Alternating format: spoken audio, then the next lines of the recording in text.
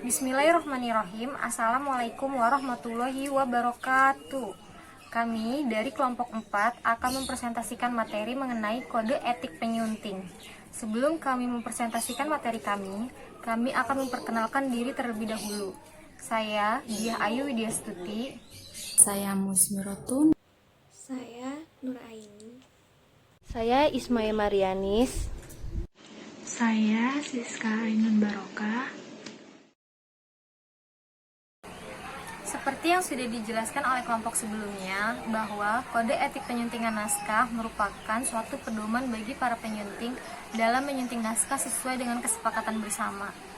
Memahami kode etik berarti seorang penyunting sudah harus tahu apa yang boleh dan apa yang tidak boleh dilakukan ketika sedang menyunting. Selanjutnya, saya akan menyebutkan beberapa kode etik penyunting.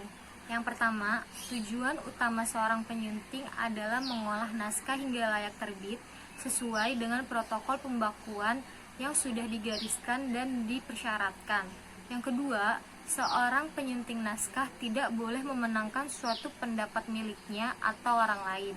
Yang ketiga, seorang penyunting wajib menilai kelayakan suatu naskah secara subjektif dan sejujur mungkin. Yang keempat, seorang penyunting hanya bertanggung jawab terhadap bentuk formal penerbit. Hanya penerbitnya lah yang bertanggung jawab penuh terhadap isi dan segala pernyataan dalam karangannya. Dan yang terakhir, merupakan bentuk kriminal jika seorang penyunting mendiamkan naskah atau menggunakan pengetahuannya yang didapat dari naskah tersebut untuk menerbitkan suatu karya tulis atas namanya sendiri.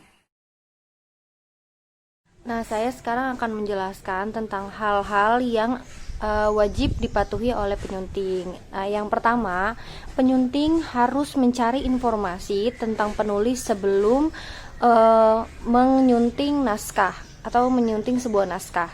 Yang kedua, penyunting juga tidak boleh si penulis naskah. Jadi, seseorang yang menulis naskah tidak boleh menyunting naskah karena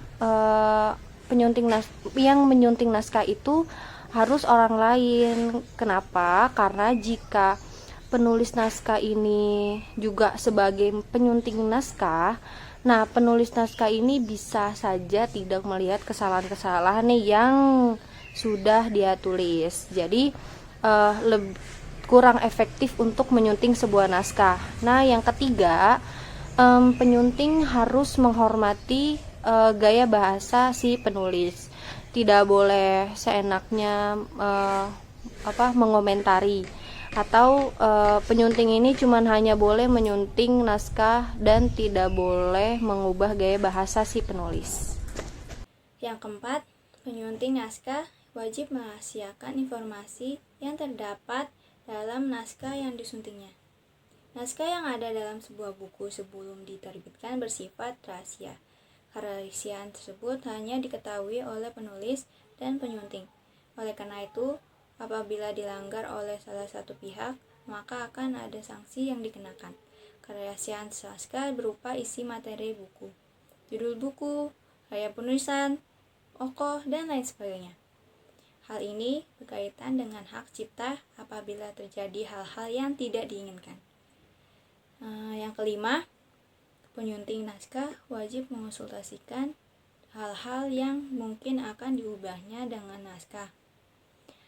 Kode etik ini berhubungan kode etik sebelumnya, seperti penyunting wajib menghormati gaya bahasa seorang penulis dan penyunting wajib mencari informasi mengenai penulis. Kode etik tersebut diartikan bahwa penyunting naskah tidak dapat dengan mudah mengambil keputusan dalam penyunting atau mengubah tulisan yang telah ditulis penyunting naskah. Penyunting naskah harus mengikuti perintah dari seorang penulis. Dan yang terakhir, nomor 6. Penyunting naskah tidak boleh menghilangkan naskah yang akan atau sedang atau telah disunting. Penyunting naskah pada kode etik ini diharapkan dapat bekerja secara sistematis, teratur, dan berurutan. Hal ini dikarenakan tugas penyunting naskah sangat sulit diselesaikan apabila tidak secara sistematis.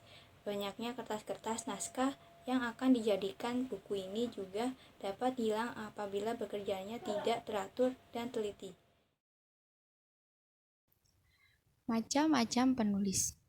Setiap naskah yang masuk ke penerbit, ada tempat di mana naskah tersebut akan hinggap di meja editor.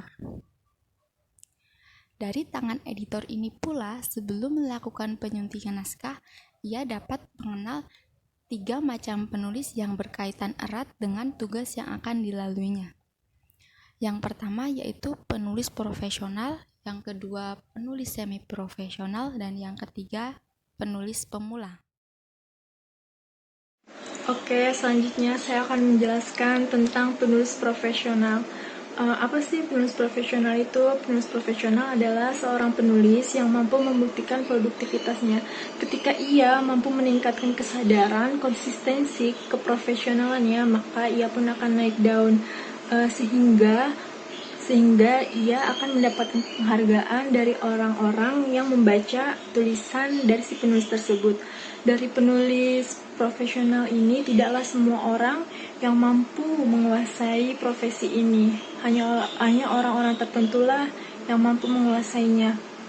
Maka dari itu, saya ataupun mahasiswa yang lainnya, alangkah baiknya meningkatkan atau menumbuhkan budaya dari keprofesionalannya sejak dini. Saya akan menjelaskan tentang penulis semi-profesional.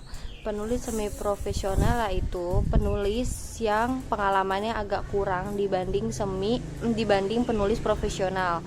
Nah, penulis semi-profesional ini memungkinkan menulisnya masih banyak kesalahan. Nah, di sini peran penyunting itu sangatlah penting karena lumayan banyak naskah yang sudah ditulis.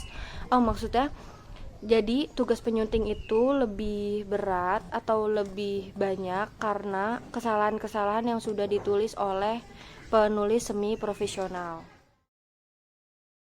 Penulis pemula atau penulis amatir. Penulis pemula atau penulis amatir merupakan penulis yang baru pertama kali mengirimkan naskah ke penerbit. Penulis belum memiliki pengalaman dalam dunia tulis-menulis, sehingga banyak ditemukan kesalahan atau kekurangan pada naskah. Tingkat kesulitan penyuntingan berat. Lambat merevisi, masih banyak yang dipikirkan atau belum fokus dalam penulisan, belum tahu cara mendekati penerbit dengan langkah cepat dan tepat. Beberapa hal penting untuk menjadi penulis.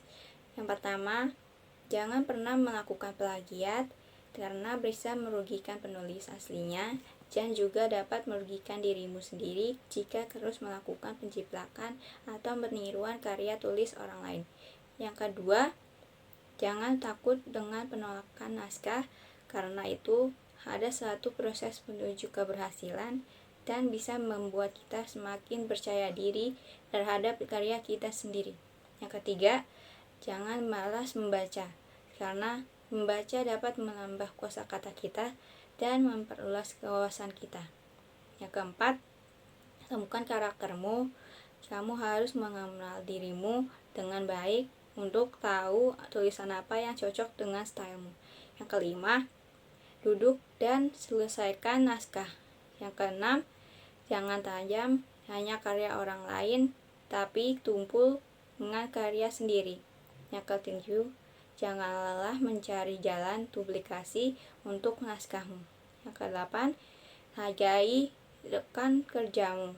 Yang terakhir, sayangi pembaca. Sekian presentasi dari kelompok kami. Kurang lebihnya mohon maaf. Wassalamualaikum warahmatullahi wabarakatuh.